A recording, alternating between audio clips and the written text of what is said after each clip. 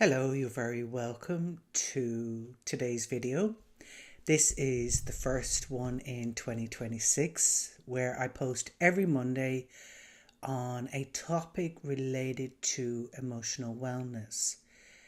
And today's the beginning of a series of videos that I'm going to talk about, and they're going to start with an opening line of I am.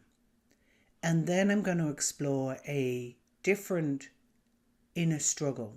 So today I'm going to look at I am a failure, which is an inner struggle that many people carry but rarely admit.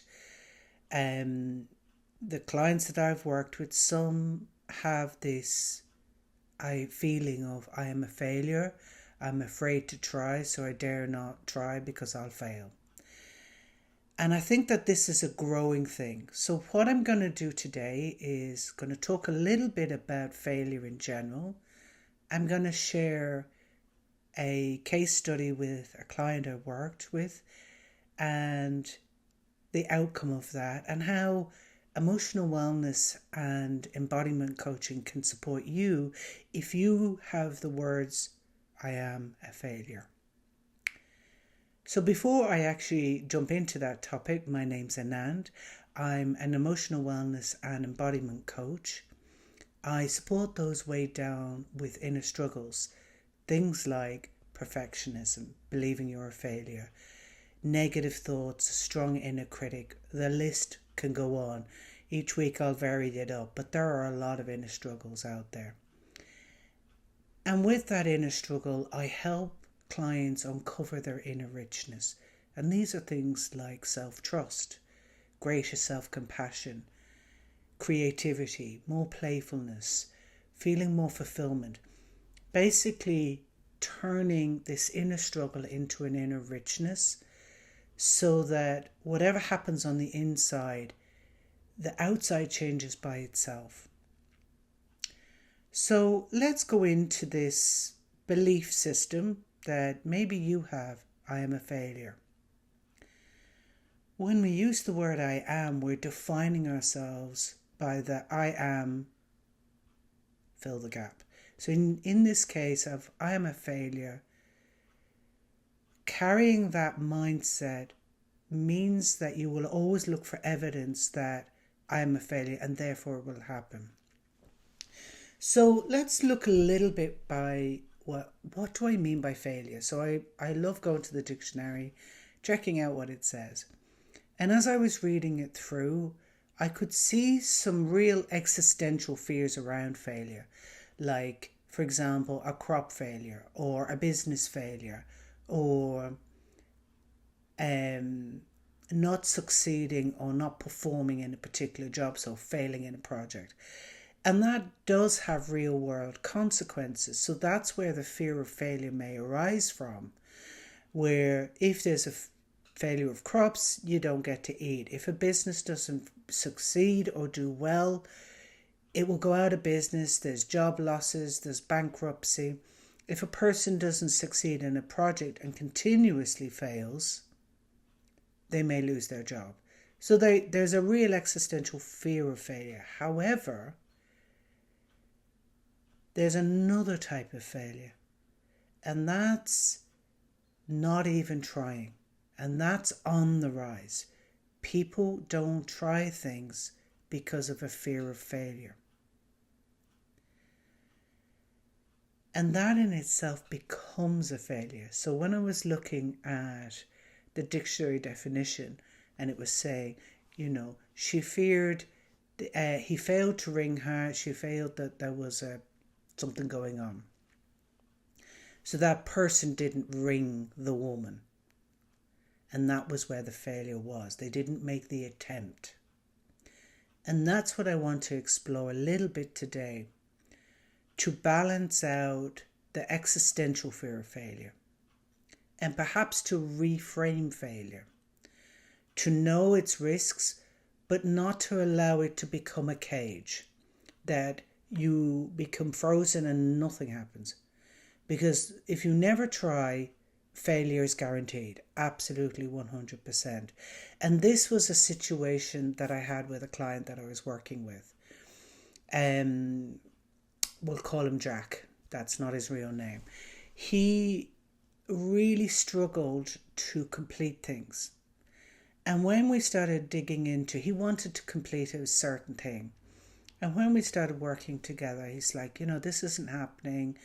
And as we dug in, he took the brave step of declaring he had a fear of failure. And we explored that fear of failure. Where did it come from? What kind of failure had he experienced? And as we dug in, he had actually never experienced actual failure, of trying something and failing. So that in itself was very, very telling for me, and very telling for the client, because when he realized he hadn't even tried, and then he could see that this was guaranteed failure, he'd start something, drop it, move on to the next thing. What he came face to face was an anxiety and a fear that prevented him from making that step of completing something. So we started small. What small thing could he do to complete something, to get a sense of what completion feels like? We weren't even going anywhere near failure, just what's that sense of completion? And then as he began completing small things, it started to grow. And the outcome overall was that he began taking risks. He began completing things. He even failed at certain things. And it wasn't as crushing or as doom-laden as he believed it would be. Yes, there was anxiety. Yes, that anxiety got in the way of him succeeding in that thing. But here's the knack. He knew he could do it again. It was a safe, acceptable thing to try and fail in. But he also reframed failure as an opportunity to make a mistake, learn from it, and get better. So if you have a fear of failure, this is where emotional wellness and embodiment coaching can really support you with that. And if you're thinking, I'm still not sure about it, well, here's a couple of things to test this out. First of all, take something really small that's very low risk, that you want to be able to complete. And go in knowing that there's a high probability you may fail. But do it anyway. Because something in you will grow from that experience. Or you can tap into when you were a child, you learned to fail and make mistakes all the time. When you were learning to walk, when you were learning to move, when you were learning to talk, you've done it before. It's just that as you've gotten older, and perhaps through school, in family, you're berated for making mistakes. You're berated for failing. So that has consequences. And then that existential fear comes in of, oh my God, if I fail, I'm really in trouble. Or something bad's going to happen. Or the whole world is going to come in on me. Very rarely does that actually happen. And even if you have a farmer and your crop fails, guess what? It grows the next year. There are certain things that are outside of your control. The farmer is reliant on weather. It's not that the farmer failed.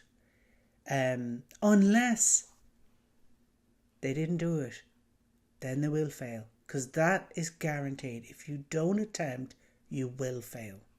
So you're failing anyway if you don't try.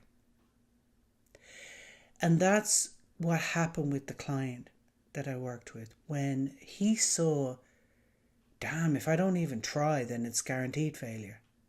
And that fed into this feeling he had of, I am a failure. So, just one key takeaway, make an attempt with something, complete it. Journal that experience. What was it like to complete? What was it like to fail? What was it like to be with the fear and anxiety and that sense of impending doom and still complete it? How did I feel about myself afterwards? This is something that you can journal and play around with. And if you want to change the narrative from I am a failure to I am someone who completes things, I am someone who tries, I am someone who takes a calculated risk, weighing up what could go wrong with what can I learn from trying this thing? What can I learn from fail, try, fail again, get better? Because that is guaranteed as well. It's guaranteed that if you don't do anything, you will fail. It's guaranteed that if you keep trying, you will improve incrementally. So if you want coaching with that, to reframe from I'm a failure to I'm a person who completes things, do get in touch. There's a link below where you can book a free insight call with me. And I hope you have a lovely day playing with this idea of reframing failure to something different for you. And I look forward to seeing you in the next video where I'll explore more of this I am or I lack and how you can reframe it through coaching. Take care. Bye-bye.